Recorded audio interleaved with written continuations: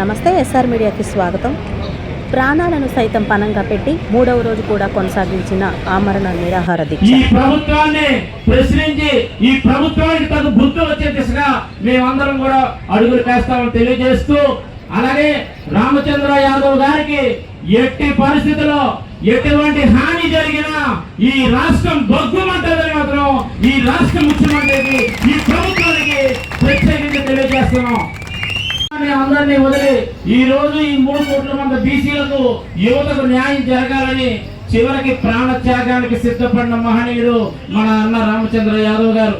అటువంటి వ్యక్తిని మనం బతికించుకోవాల్సిన అవసరం ఉందా లేదా అని మీ అందరినీ అడుగుతున్నాను.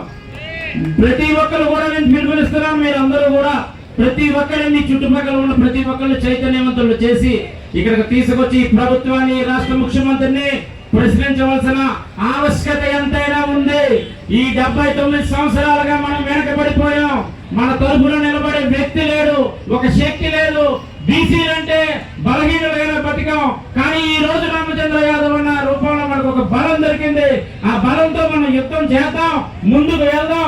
ఈ 5 డిమాండ్లను కూడా సాధించుకునే దిశగా మన అందరం కూడా ముందుకు వెళ్దామని, అలాగే అన్నగారు ఆమరణ నిరాహార దీక్ష పూర్తయినంత వరకు కూడా ఈ రాష్ట్రంలో ఉన్న ప్రతి ఒక్క బీసీ అనుకుంటున్నాను.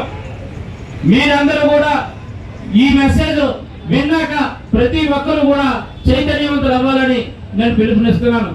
ఎందుకంటే ఓట్లు వేస్తున్నాము, ఈ అగ్ర కులాల పార్టీలను మనం ఎన్నుకొని అధికార పీఠంలో కూర్చొని పెట్టి వాళ్ళ దగ్గరికి వెళ్ళడానికి కూడా మార్గం తెలియక దిక్కులు పోయే సమయంలో మన బీసీ బిడ్డలందరి భవిష్యత్తు, నా భవిష్యత్తు, వాళ్ళకి ఒక మంచి దారి వేయాలని ఒక మహానాయకుడు మన ఆంధ్రప్రదేశ్ లో అవతరిస్తే ఆయన చేస్తున్న పోరాటానికి ముఖ్యంగా విద్యావంతులైన బీసీ యువత ఆలోచన చేసి స్వచ్ఛందంగా వచ్చి ఈ రోజు ఆమరణ నిరాహార దీక్షకి మీరు ఎంతైనా మద్దతు ఇవ్వాల్సిన బాధ్యత ఉంది అని మీ అందరికీ నేను తెలియజేస్తున్నాను.